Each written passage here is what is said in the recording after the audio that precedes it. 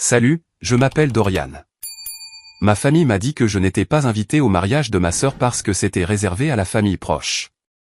Une semaine plus tard, elle m'a appelé en hurlant pour que je paie le loyer. Le même loyer que je couvrais depuis des années.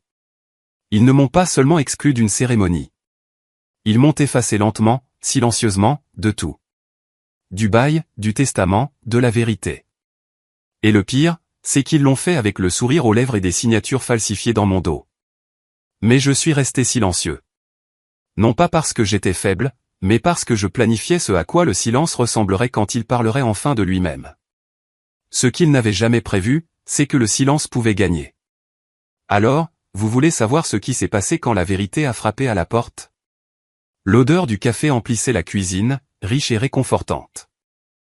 Je me tenais pieds nus sur le carrelage frais, la lumière du soleil traversant les stores en rayures dorées.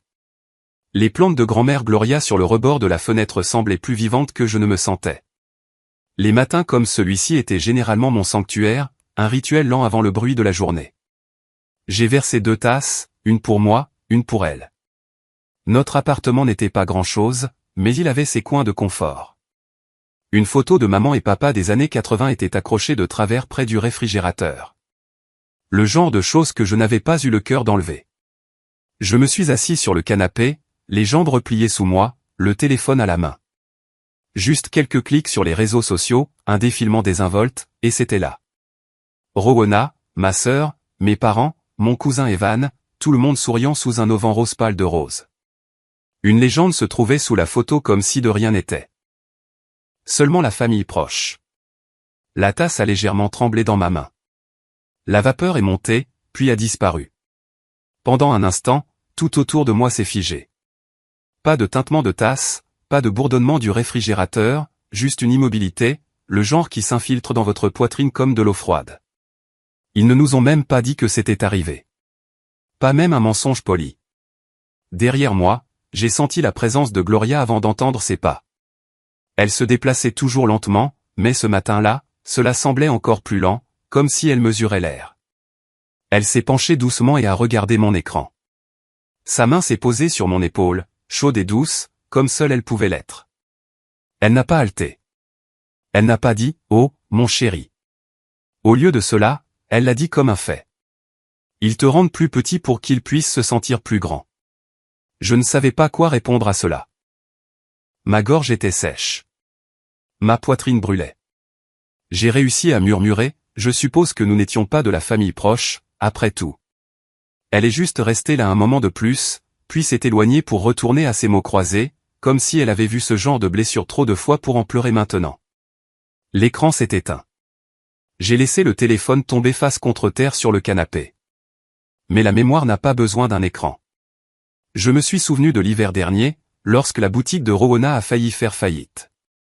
Loyer impayé, service public coupé, la panique s'installant. C'est moi, pas maman, pas papa, qui ai payé le propriétaire cet après-midi-là. J'ai puisé dans mes économies, celles dont je ne parlais jamais. Je me suis souvenu d'elle en pleurs, disant « Je te rembourserai quand je pourrai ». Elle ne l'a jamais fait. Il y a eu des anniversaires où je suis arrivé avec des cadeaux pour tout le monde, et personne n'a demandé si j'avais dîné. Des matins de Noël où mon nom n'était même pas sous le sapin, mais ma signature était sur la moitié des boîtes. Tu es le fiable, Dorian. Tu n'as pas besoin d'attention. Cette phrase était censée être un compliment, mais tout ce qu'elle a jamais fait, c'est m'apprendre à rester invisible, utile, mais invisible. Je me suis dirigé vers la fenêtre. Ma chaise, celle que je revendiquais toujours, était là, un peu usée, face à la rue. Je me suis assis lentement. Gloria a jeté un coup d'œil au coin et a souri. Tu prends toujours le siège près de la fenêtre. Tu aimes voir le monde, même quand il ne te voit pas, j'ai à peine souri en retour. Je n'avais pas l'énergie de répondre. La fenêtre était légèrement entr'ouverte, laissant entrer le doux bourdonnement d'une fin d'été texan. Quelque part, une tondeuse à gazon a démarré et un oiseau s'est posé sur la balustrade juste à l'extérieur. Des choses normales, des petites choses, des choses qui ne mentaient pas. Puis mon téléphone a sonné. Rowena. J'ai fixé le nom pendant quelques secondes avant de décrocher. Sa voix est venue, vive, saccadée, comme si elle était déjà agacée. As-tu oublié de payer le loyer ce mois-ci? Pas de bonjour. Pas de comment vas-tu? J'ai cligné des yeux. Excuse-moi. Le propriétaire de la boutique vient d'appeler. Le loyer est en retard. Tu t'occupes de ça tous les mois. Tu te souviens. J'ai fait une pause. J'ai laissé le silence s'étirer juste assez longtemps pour qu'il soit lourd. Puis je l'ai dit, calme et clair. N'as-tu pas dit que le mariage était réservé à la famille proche? Son silence au bout du fil a bourdonné plus fort que sa voix n'aurait jamais pu le faire. Alors demande-leur de l'aide. J'ai raccroché. Il n'y avait aucune satisfaction là-dedans, aucune libération, juste le doux sifflement de la cafetière derrière moi. Gloria n'a pas parlé. Elle m'a juste regardé, les yeux savants, patients. J'ai posé le téléphone à côté de mon café, tous deux intacts maintenant. Ma voix est sortie, basse mais stable. Je suppose qu'il est temps d'arrêter d'être utile.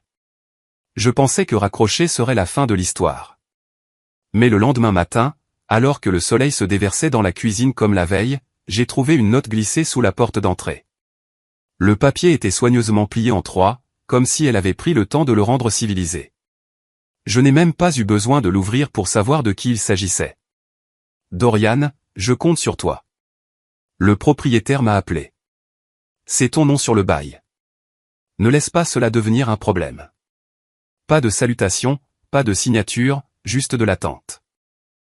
Je suis resté là 1 minute, la note dans ma main encore chaude de l'air matinal.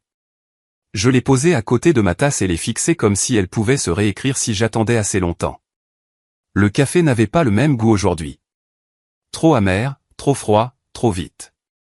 Gloria était assise à la table de la cuisine, cousant quelque chose avec ce vieux fil bleu qu'elle utilisait toujours. Ses lunettes étaient basses sur son nez et ses mains bougeaient lentement, mais sûrement. « As-tu déjà remarqué ?» a-t-elle dit sans lever les yeux, « comment certaines personnes pensent que la gentillesse est un puissant fond ?» Je n'ai pas répondu. « Elles puiseront dedans jusqu'à ce qu'elles t'assèchent » a-t-elle ajouté en faisant un nœud dans le tissu. J'ai laissé échapper un petit souffle. Je suppose que je suis le puits de la famille alors. Elle a fait une pause, m'a regardé. Non, bébé. Tu es la pompe qu'ils ont cassée il y a des années et dont ils attendent encore de l'eau. Celle-là a frappé plus fort que je ne l'attendais. J'ai esquissé un demi-sourire, puis je me suis excusé, lui disant que j'avais besoin de marcher pour me changer les idées. Mais ce dont j'avais vraiment besoin, c'était de me vider la tête. Cela faisait 2 semaines que Rowena m'avait appelé en urgence, la voix douce et aiguë. « Peux-tu me rendre un petit service rapidement ?» avait-elle dit comme si de rien n'était. « Juste passe prendre ma robe pour le mariage. »« Je ne peux pas y aller, et tu es plus proche. »« Pas de problème, me suis-je dit. Juste être serviable à nouveau. » Quand je suis entré dans la boutique, l'endroit sentait le parfum cher et le polish au citron. J'ai donné le nom de Rowena à la réceptionniste. 1 minute plus tard, quelqu'un derrière le comptoir a crié assez fort pour que tout le magasin l'entende, « Le livreur est là ». Quelques femmes près de la cabine d'essayage ont gloussé. J'ai attendu la correction, que quelqu'un, n'importe qui, dise, c'est son frère. Mais tout ce que j'ai entendu, c'est le rire de Rowena au haut-parleur. Merci, Dorian. Tu es un sauveur, a-t-elle dit, puis elle a raccroché. J'ai porté ce fichu sac de robe comme s'il était en feu. Je n'ai même pas réalisé à quel point j'avais serré la mâchoire jusqu'à ce que je sois de retour dans la voiture et que mes molaires me fassent mal. Ce moment est resté. La façon dont ils m'ont tous regardé de travers comme si j'étais un employé payé. Pire que ça, comme si je ne valais même pas un nom. De retour à la maison ce soir-là, Gloria m'a fait asseoir et m'a montré quelque chose sur lequel elle travaillait depuis des semaines. Une serviette, petite, délicate, du genre qu'on n'utilise pas vraiment. Brodée à la main d'un fil d'or doux, on pouvait y lire « Premier ». Elle a souri. C'est pour la table de réception de Rowena. Quelque chose de spécial de ma part. J'ai hoché la tête. Je le livrerai. Et je l'ai fait. Le lendemain, je l'ai déposé chez nos parents. Maman a ouvert la porte, a pris la serviette sans même la regarder. C'est gentil, a-t-elle marmonné. Mais ça ne correspond pas au thème des couleurs. Elle l'a posée sur une table d'appoint, et quand je me suis retourné pour partir, je l'ai vue tomber, glisser du bord et atterrir face contre terre sur le sol. Personne ne l'a ramassée. Je n'ai rien dit. Je suis juste sorti comme si de rien n'était. Mais ce petit moment a fait plus de bruit dans ma poitrine que toutes les années de cris n'en avaient jamais fait. Cette nuit-là, je suis rentré à l'appartement et je me suis effondré sur le canapé.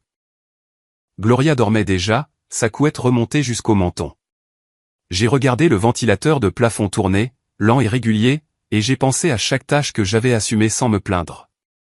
Le loyer, la robe, la serviette, les appels téléphoniques, les virements d'argent, les excuses que je faisais pour leur silence.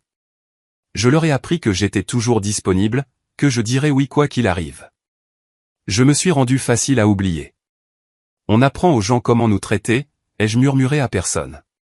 Et je leur ai appris que je ne dirais jamais non. Je me suis levé, je me suis versé un verre d'eau et j'ai ouvert mon ordinateur portable pour me distraire. Mais la première chose qui est apparue sur mon fil d'actualité m'a glacé. La diffusion en direct du mariage de Rowena, ou du moins une rediffusion. Plus de 200 personnes, une piste de danse, des tours de champagne, des rires. Même nos cousins au 3e degré de Floride étaient là. La légende disait, la famille, c'est tout. J'ai fixé l'écran pendant ce qui m'a semblé être une heure. Puis doucement, presque sans souffle, j'ai demandé, alors pourquoi m'avez-vous effacé? J'ai fermé l'ordinateur portable et je suis resté assis là un long moment, fixant mon reflet sur l'écran noir. Mon propre visage me semblait inconnu, fatigué, pluvieux en quelque sorte. Le silence de l'appartement pesait comme l'humidité. Dehors, Houston bourdonnait faiblement du trafic de la semaine, des gens vaquant à leurs occupations, aucun d'eux ne portant le poids de la famille de quelqu'un d'autre. Une semaine s'est écoulée. Je pensais que le bruit s'était peut-être calmé, que Rowena ruminerait tranquillement dans sa propre fierté. Je me trompais. Ce vendredi matin, je rinçais la cafetière quand mon téléphone a commencé à vibrer sur le comptoir. Je n'ai pas eu besoin de vérifier l'écran. As-tu oublié de le payer? Sa voix a frappé mon oreille, vive et bien rodée, comme si elle avait répété la phrase. Le loyer est en retard, Dorian. Le propriétaire m'appelle depuis ce matin. J'ai laissé couler l'eau, le sifflement du robinet coupant son ton. Puis je l'ai dit, calme, égal. Je n'ai pas oublié. J'ai décidé de ne pas le faire. Il y a eu une pause assez longue pour que j'entende sa respiration changer. Puis est venue l'incrédulité. Quoi? Tu ne peux pas simplement. Dorian. Ce n'est pas drôle. Je ne ris pas, elle a inspiré brusquement, et quand elle a de nouveau parlé, la chaleur avait disparu. Tu es mesquin. C'est le loyer. Tu aggraves les choses pour tout le monde. J'ai fermé le robinet, je me suis séché les mains. Tu as appelé ça un petit événement familial, tu te souviens? J'ai juste ajusté ma définition de la famille. Le silence qui a suivi n'était pas vide. Il était épais, plein de tout ce que nous n'avions jamais dit. Puis un clic. Elle a raccroché.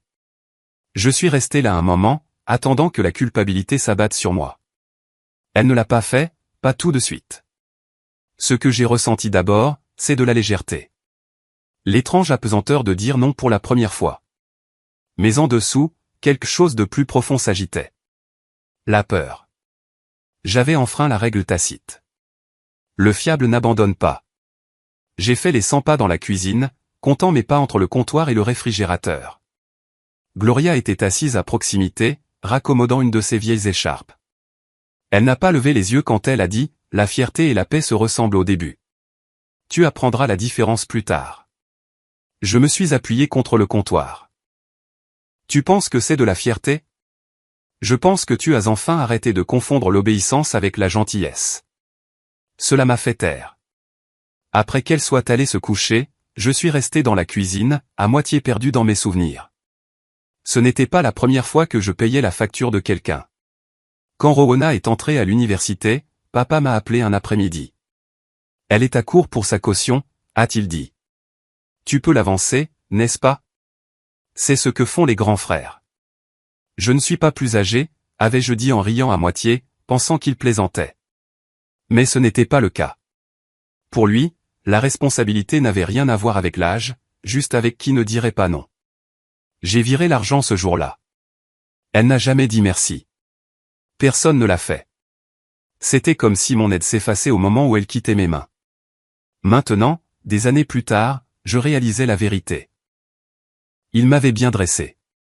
Mon téléphone a de nouveau vibré ce soir-là. Un email cette fois. Objet, ne nous embarrasse pas, je l'ai ouvert, j'ai parcouru des paragraphes sur la réputation familiale, la responsabilité et ce que les gens penseront. J'ai atteint la fin sans vraiment lire la plupart. Mes yeux se sont attardés sur la dernière ligne. Ne nous fais pas passer pour des méchants. Je l'ai supprimé. Ma voix est sortie doucement, presque pour moi-même. J'ai déjà l'air invisible. Ça ne peut pas être pire que ça. Le lendemain matin, j'ai fait du café et je me suis assis près de la fenêtre. La lumière du soleil frappait la table de la cuisine juste comme il faut, réchauffant l'endroit où le courrier s'empilait habituellement. Parmi les enveloppes, une se démarquait, de couleur crème, adressée à moi d'une écriture soignée. Facture de loyer. Je ne l'ai pas ouverte. Au lieu de cela, j'ai posé ma tasse de café dessus. La vapeur montait en motif lent et sinueux, brouillant les lettres de mon nom. Cela semblait symbolique en quelque sorte, cachant ce qu'il pensait être le plus important sous quelque chose de simple, d'humain. Le reste de la journée s'est déroulé tranquillement. Gloria fredonnait une vieille mélodie en cuisinant, et je faisais semblant de lire le journal. Mon téléphone est resté face contre terre, mais au fond de moi, je savais que ce n'était pas fini. Les familles comme la mienne ne laissent jamais le silence rester silencieux longtemps. Ils appelleront ça de l'inquiétude, mais c'est toujours du contrôle. Ils diront, nous voulons juste ce qu'il y a de mieux. Mais ce qu'ils veulent dire, c'est, fais ce qu'on te dit. J'ai regardé par la fenêtre. La lumière de l'après-midi était devenue dorée, s'étirant sur le sol en fine ligne. Ils viendront bientôt frapper, ai-je murmuré, et je savais que j'avais raison.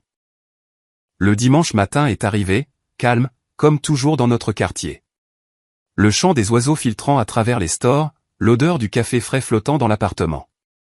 Je venais de commencer à beurrer du pain grillé quand le téléphone a sonné. Je l'ai fixé pendant quelques secondes. Le nom de maman brillait à l'écran. Je l'ai laissé sonner une fois, 2 fois, puis j'ai répondu. Sa voix est venue, douce, sirupeuse. Salut, chérie. Comment tiens-tu le coup? Tu sais, avec tout ça. Il y a eu une pause, comme si elle attendait que je la sauve de devoir nommer ce que, tout ça, signifiait. Avant que je puisse dire quoi que ce soit, elle s'est rapprochée. Mon chou, Rowana est sous tellement de pression. Tu sais à quel point elle a toujours été délicate. Ses nerfs ne sont pas comme les tiens. Elle fait de son mieux. Ne peux-tu pas l'aider une dernière fois? J'ai posé le téléphone sur mon épaule, m'appuyant sur le comptoir. Aider avec quoi, maman? Elle a dit, le bail de la boutique. C'est toujours à ton nom, et tu as toujours. Je l'ai coupé, la voix plate, mais contrôlée. Elle avait 200 personnes à ce mariage. Une tour de champagne, un groupe de musique, une entrée en calèche, et je n'ai même pas reçu un texto. Pas une place à la table. La ligne est devenue silencieuse. Puis elle a expiré lentement, la déception se dessinant sur les bords. Ne fais pas de ça une affaire personnelle. Voilà, cette phrase à nouveau, cette phrase qui fermait toutes les portes que j'avais toujours voulu ouvrir. Elle n'a pas attendu ma réponse. Elle n'a pas raccroché non plus. Le silence était son argument final. Pas de cris, pas de supplication, juste de l'attente et de la culpabilité. Quand j'ai finalement dit « d'accord », ce n'était pas un accord. C'était une fin. J'ai posé le téléphone sur le comptoir de la cuisine et je ne l'ai plus repris. Grand-mère Gloria pliait le linge à la table voisine. Elle n'avait pas levé les yeux une seule fois, mais ses oreilles n'avaient rien manqué. Ils utilisent ce mot « famille » comme une clé, a-t-elle dit en lissant un torchon. Et tu continues d'ouvrir la porte comme si la serrure fonctionnait encore. Je me suis appuyé sur le comptoir, fixant mon toast à moitié mangé. C'est censé signifier quelque chose de bien, n'est-ce pas? Gloria a haussé légèrement les épaules. C'était le cas, avant que ça ne devienne un contrat écrit de ta main, pas de la leur. Ces mots m'ont suivi le reste de la matinée. Plus tard, je me suis retrouvé dans ma chambre à nettoyer un vieux tiroir. À l'intérieur se trouvait une carte postale d'il y a des années, toujours non envoyée. Je l'avais écrite pendant des vacances que je n'ai jamais prises. Ce voyage, celui que j'ai annulé à la dernière minute, avait été mon premier congé planifié depuis des années. Au lieu de cela, j'avais conduit jusqu'à Dallas pour aider papa avec un problème fiscal pour son entreprise. Je me souviens de lui debout dans l'embrasure de son bureau après, levant à peine les yeux. Tu fais partie de la famille, n'est-ce pas? Tu fais ce qu'il faut. C'était tout. Pas de merci, pas de reconnaissance, juste cette phrase. Une laisse déguisée en loyauté. Plus j'y pensais, plus cela devenait clair. Dans notre famille, ta famille ne signifiait pas « nous t'aimons ». Cela signifiait « tu nous dois quelque chose ». Cet après-midi-là, alors que la lumière commençait à faiblir, mon téléphone a de nouveau vibré. Un message de Rowana. Dîner de famille ce dimanche. Juste la famille immédiate. Il vaut probablement mieux que tu ne viennes pas. Ça pourrait être gênant. Ma mâchoire s'est crispée. Famille immédiate, ai-je marmonné. La phrase a résonné à mes oreilles. Même mot, nouveau couteau. Je suis entré dans le salon, j'ai tendu le téléphone à Gloria. Elle a ajusté ses lunettes, a lu le message et me l'a rendu. Il t'écrit hors de l'histoire, un dîner à la fois, a-t-elle dit doucement. Je n'ai pas répondu. J'ai supprimé le message. Je ne l'ai pas transféré, je n'ai pas répondu. Pas de sarcasme, pas de réplique cinglante. J'ai complètement éteint le téléphone. Si le silence est ce qu'ils entendent de moi, ai-je dit à voix haute, que ce soit un silence qui a du sens. Les heures suivantes ont été calmes. Pas d'appel, pas de texto, juste moi, Gloria et le doux bourdonnement du réfrigérateur. Cette nuit-là, après que Gloria soit allée se coucher, je me suis assis au bureau près de la fenêtre, le même bureau où j'avais l'habitude de rédiger des listes de courses et des rappels de paiement pour eux.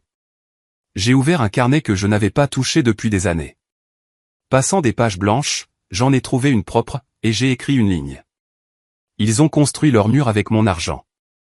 Il est temps de reprendre les briques. Je l'ai fixé un long moment. C'était comme un début. Le genre qui ne vient pas avec des feux d'artifice. Juste de la clarté. La première phrase que j'écrivais pour moi-même depuis des années. Pas pour le travail. Pas pour la famille. Pas pour réparer la vie de quelqu'un. Juste la mienne.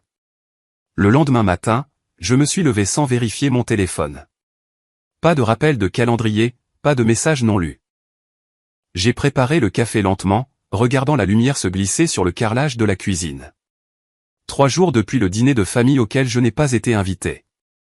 3 jours de calme ininterrompu. Personne n'a appelé. Personne n'a envoyé de texto. Au début, c'était comme une contusion. Je continuais d'appuyer dessus, attendant de voir si ça faisait encore mal. Mais ensuite, quelque chose a changé. Il y avait un étrange soulagement dans l'immobilité. Je dormais toute la nuit. Ma mâchoire ne me faisait plus mal à force de la serrer. Même mon café avait meilleur goût. Peut-être parce que je ne le buvais pas à la hâte entre 2 obligations. Pourtant, sous cette paix, il y avait un écho que je ne pouvais pas ignorer. Pas de la douleur exactement, juste une absence. Ne pas être nécessaire ressemblait autrefois à un échec. Maintenant, c'était comme de l'air. J'ai écrit dans mon carnet, parfois, le calme n'est pas la paix. C'est juste le son après la tempête. Vers midi, la campagne de culpabilisation a commencé. Ça a commencé avec tante Caroline. Elle n'avait pas appelé depuis des mois, même pas pour mon anniversaire. Mais maintenant, son nom est apparu à l'écran, clignotant comme un phare dans le brouillard. J'ai décroché. Dorian. Salut, mon chou, a-t-elle dit en étirant le mot comme si nous nous étions parlé la veille. Je voulais juste prendre de tes nouvelles. Tu sais, les disputes de famille ne durent pas éternellement. On dit tous des choses qu'on ne pense pas. Peut-être que tu pourrais juste être le plus intelligent. J'ai appuyé le téléphone contre mon épaule et j'ai regardé par la fenêtre. La chaleur de Houston faisait miroiter le trottoir. Je l'étais déjà, ai-je dit calmement. C'est comme ça qu'ils ont réussi à me marcher dessus. Il y a eu une pause. Je l'ai entendu déglutir. Puis la ligne est devenue silencieuse. Plus tard ce soir-là, j'ai reçu un email de papa. Objet, parlons. Il disait, tu as embarrassé ta sœur. Ce n'est pas comme ça qu'on t'a élevé. Je l'ai fixé un moment, puis j'ai répondu, non, c'est exactement comme ça que vous m'avez élevé. À réparer des choses qui n'étaient pas de ma faute et à rester silencieux quand elles l'étaient. J'ai appuyé sur « Envoyer » et j'ai fermé mon ordinateur portable. Pas d'hésitation cette fois. Cette nuit-là, Gloria a remarqué que j'étais plus silencieux que d'habitude. Elle était assise en face de la table, sirotant son thé, me regardant comme une girouette. Ils te font sentir comme si tu avais brisé la famille, a-t-elle dit. Je n'ai pas répondu. Elle s'est penchée, a versé plus de café dans ma tasse et a ajouté doucement, mais tu ne brises pas la famille, Dorian. Tu brises le schéma. Cela a frappé fort. Ça n'a pas fait disparaître la douleur, mais ça lui a donné un sens. Plus tard, en rangeant de vieux papiers de la bibliothèque, un souvenir a refait surface, clair comme une photographie. J'avais 12 ans. C'était un jeudi, je crois. Papa était censé venir me chercher à l'école. Il n'est pas venu. J'ai attendu sur le trottoir jusqu'à ce que le dernier professeur verrouille le bâtiment, j'ai marché 1,5 km jusqu'à la maison, pensant qu'il y avait peut-être eu une urgence. Quand j'ai ouvert la porte d'entrée, papa a levé les yeux de la télé et a dit, « Tu aurais dû trouver ton chemin. Tu es intelligent. » Pas d'excuses, pas d'inquiétude. C'est ce jour-là que j'ai appris quelque chose que je n'ai jamais désappris dans notre maison. L'amour était quelque chose que l'on gagnait en étant utile. Et si on ne pouvait pas être utilisé, on n'existait pas. Le temps que le ciel s'assombrisse, ce poids s'est de nouveau installé. Je me suis retrouvé au même endroit que d'habitude. Chaise près de la fenêtre. Les lumières du quartier vacillaient, projetant de pâles reflets sur la vitre. J'ai murmuré à personne. Il ne me voit que si j'aide. Ce n'était pas une accusation, juste une vérité fatiguée. Je n'ai pas pleuré fort. Je ne me suis pas effondré. Mais les larmes sont venues quand même. Le genre silencieux. Lente et régulière. Le genre qui vient d'endroits que l'on ne savait pas encore douloureux. Le genre qui ne demande pas la permission. Je suis resté là un long moment, laissant tout suivre son cours. Quand c'est passé, j'ai respiré profondément. Puis je me suis essuyé les yeux, je me suis levé, je me suis dirigé vers le bureau et j'ai ouvert mon carnet. Sur une page fraîche, j'ai écrit, « Si le silence est mon crime, je le ferai compter. » J'ai fermé la couverture lentement, comme pour sceller quelque chose.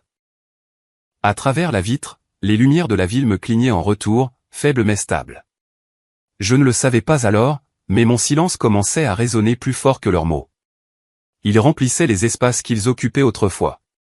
Des appels que je ne retournais pas, des textos auxquels je ne répondais pas, des invitations que je ne recevais jamais.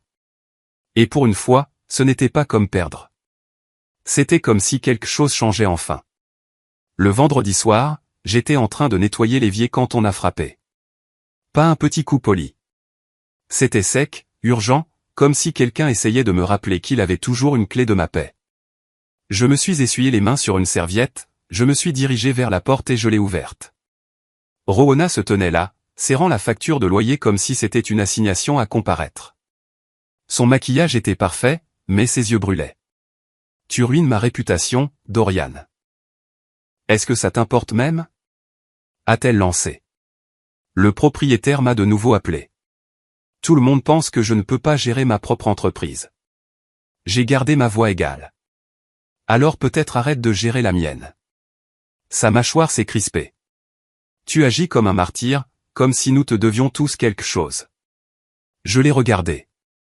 Pas le manteau de créateur, pas l'alliance qu'elle n'avait jamais portée, juste son visage, fatigué, peint de fureur, et en dessous, de la peur. Non, ai-je dit doucement.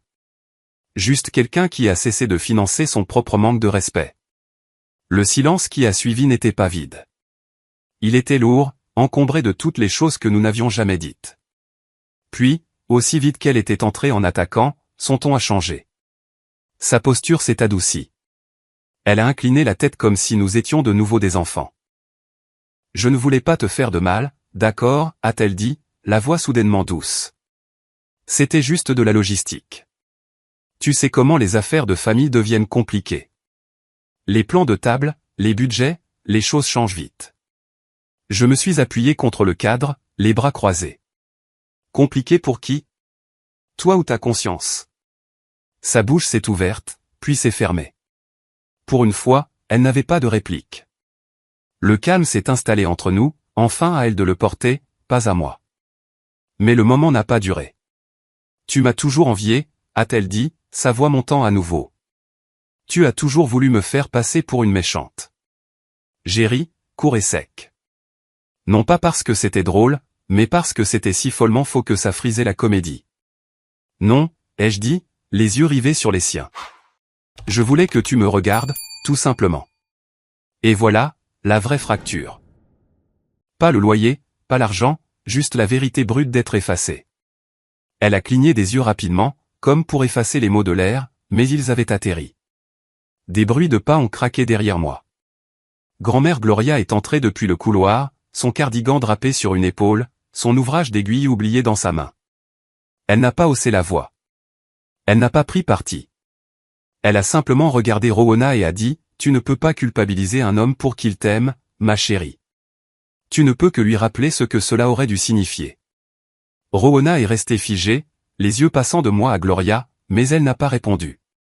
Ses mains se sont crispées sur la facture, puis se sont relâchées. Elle s'est retournée sans un autre mot et est sortie, ses talons claquant dans les escaliers. J'ai attendu que la porte d'entrée se ferme derrière elle. Puis j'ai lentement poussé la mienne pour la fermer. Pas de claquement, pas de drame. Je me suis rassis dans mon fauteuil près de la fenêtre, le même que je retrouvais toujours. Mais ce soir, ce n'était pas comme une retraite. C'était comme un choix. Le calme dans la pièce était riche, mérité, plus lourd, juste à moi. Pour la première fois, mon calme n'était pas de la faiblesse. C'était une limite. La soirée s'est éternisée dans la nuit. J'ai fait du thé, j'ai lu 2 pages d'un roman que je ne pouvais pas finir. J'ai essayé de ne pas vérifier mon téléphone, mais vers 23 heures, il a vibré. J'ai hésité, puis je l'ai pris. Un email de Jacobson Price LLP. Objet, réaffectation du bail immobilier. Je l'ai ouvert et en le lisant, l'air dans mes poumons est devenu vicié. Ils essayaient de retirer mon nom du bail. Pas d'appel, pas de conversation, juste des papiers. Silencieux et chirurgical. C'était donc la prochaine étape. J'ai fixé l'écran. Mon reflet flottait dans la vitre, fatigué mais stable. J'ai murmuré. Alors c'est comme ça. La prochaine bataille ne porterait pas sur le loyer. Elle porterait sur le fait de m'effacer complètement. Le lundi après-midi, le poids de l'email pesait encore lourdement sur ma poitrine. Je l'avais relu au moins 10 fois, espérant l'avoir mal interprété, espérant qu'une tournure juridique tournerait en ma faveur. Ce n'est jamais arrivé. C'était là, en langage clair. Le bail de la propriété que j'avais payé pendant plus d'une décennie était en cours de réaffectation. Pas vendu, pas négocié. Silencieusement réaffecté sous une nouvelle entité commerciale enregistrée au nom de Rowana. Mon nom avait disparu. Pas de demande, pas de préavis, juste disparu. J'ai fait défiler les pièces jointes PDF. Des pages de documents remplis de chiffres, de clauses et de tampons notariés.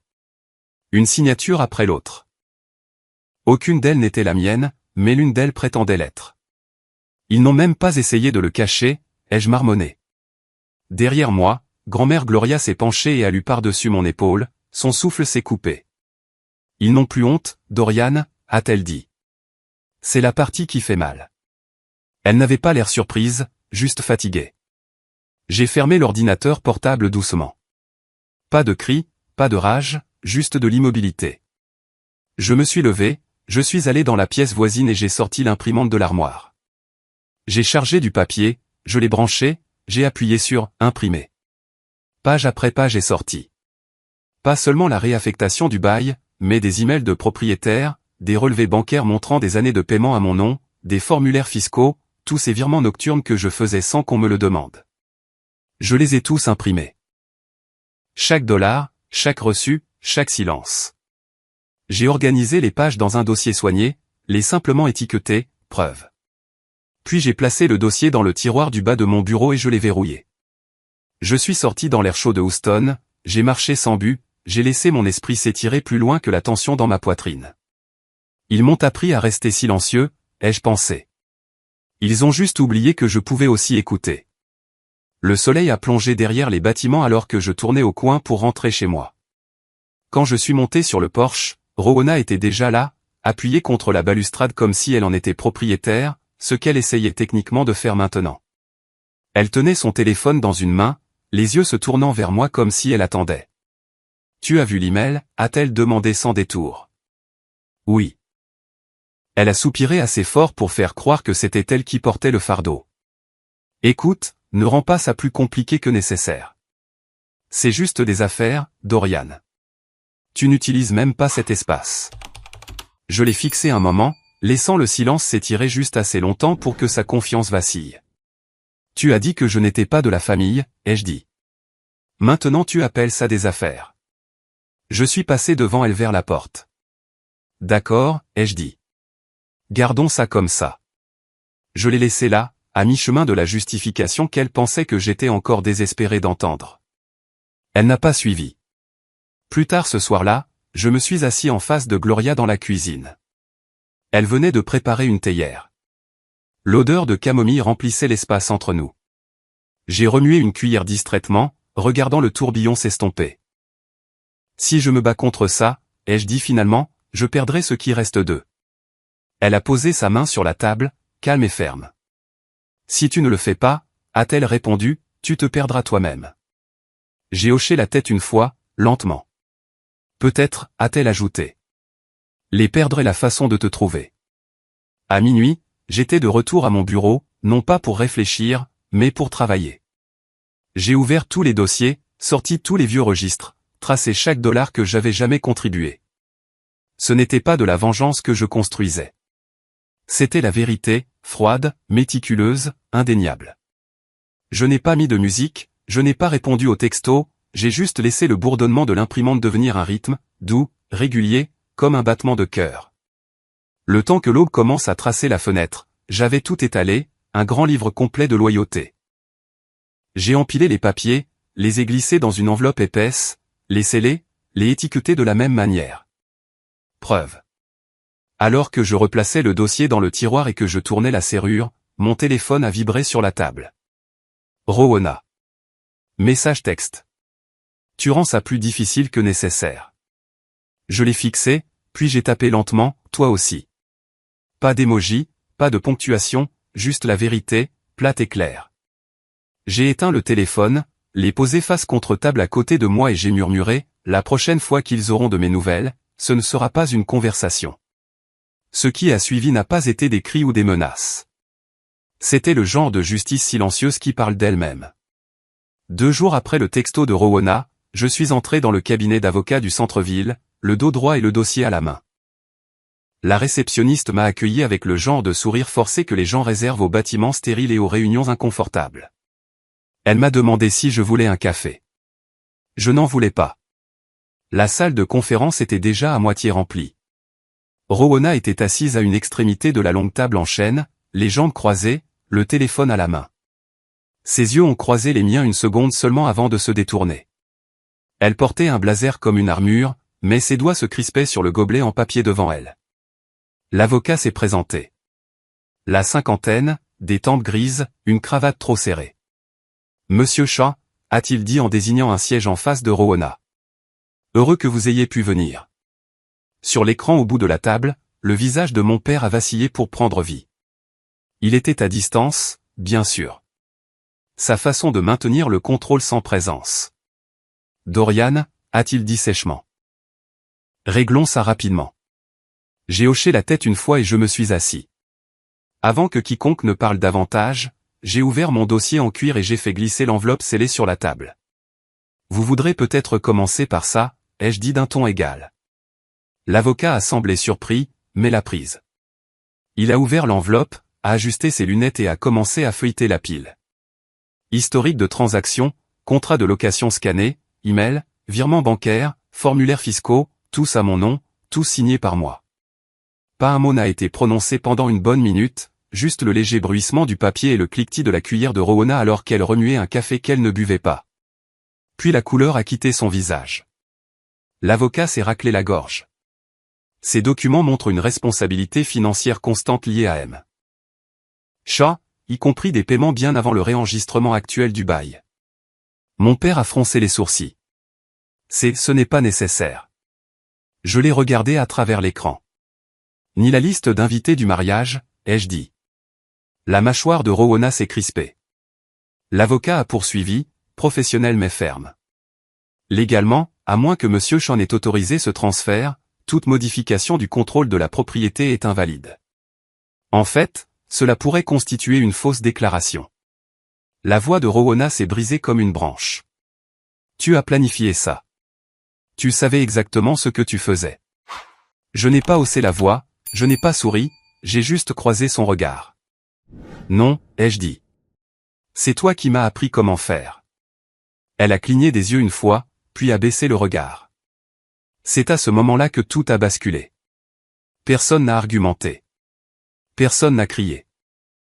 La vérité était au milieu de la table, plus lourde que toute autre chose dans la pièce. La réunion s'est terminée tranquillement. Mon père s'est déconnecté sans un autre mot.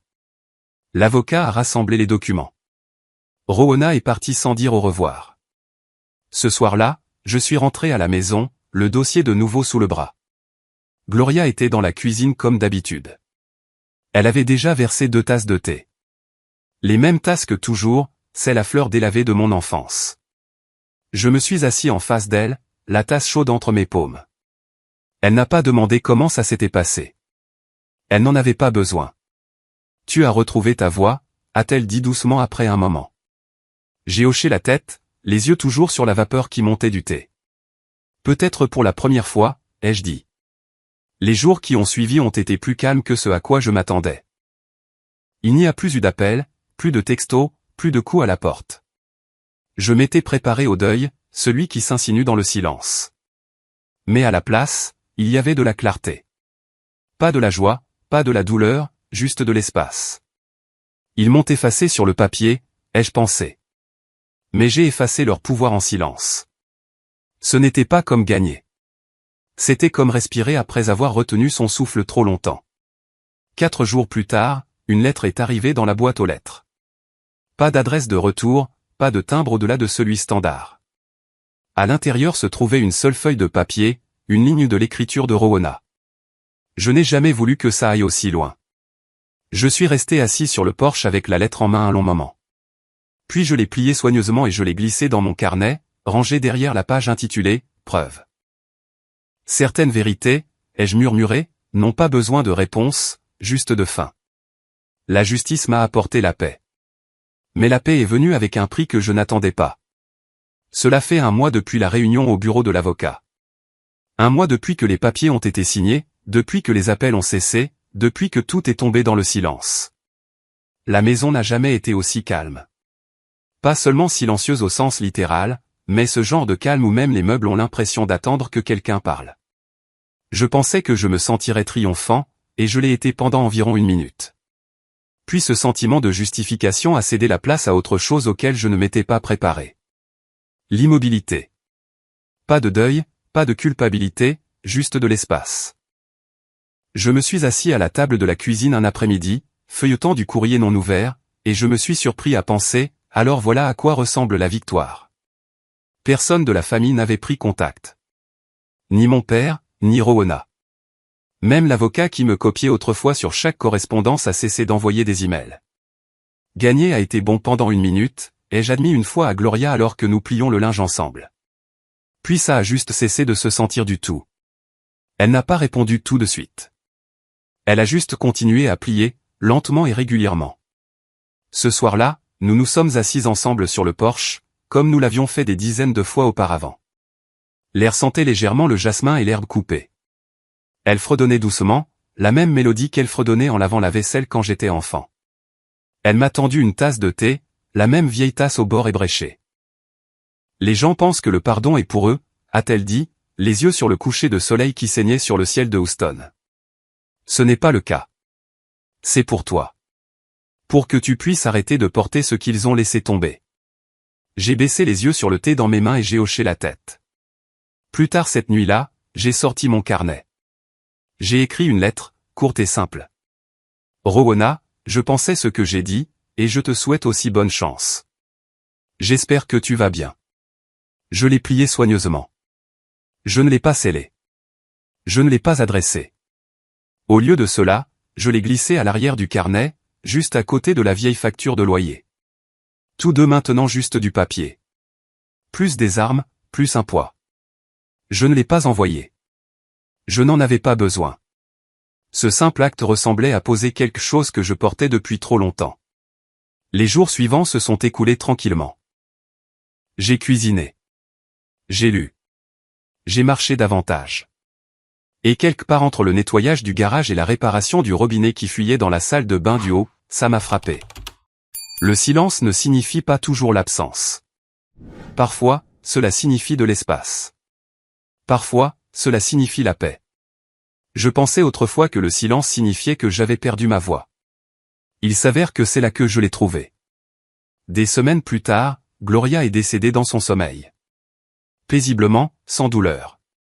Je l'ai trouvée ce matin-là dans son fauteuil inclinable, la couverture remontée jusqu'à la poitrine, un livre reposant encore sur ses genoux.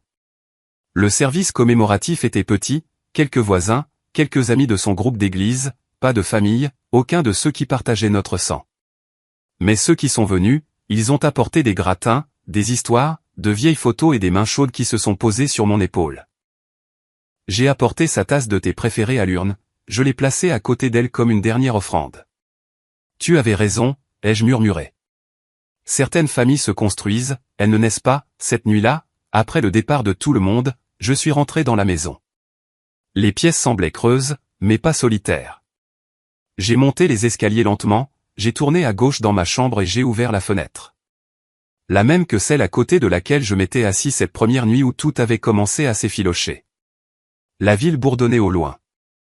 Les voitures se déplaçaient comme des lucioles en bas. Et moi, je suis resté là. Pas de colère, pas de douleur, juste du calme. Je pensais autrefois qu'être exclu était la pire chose qui puisse arriver, ai-je murmuré dans la nuit. Il s'avère que c'était la première fois que j'étais vraiment libre. J'ai fermé les yeux, respirant profondément, régulièrement. Ils appelaient ça une petite famille. J'ai juste rendu la mienne plus petite et plus forte.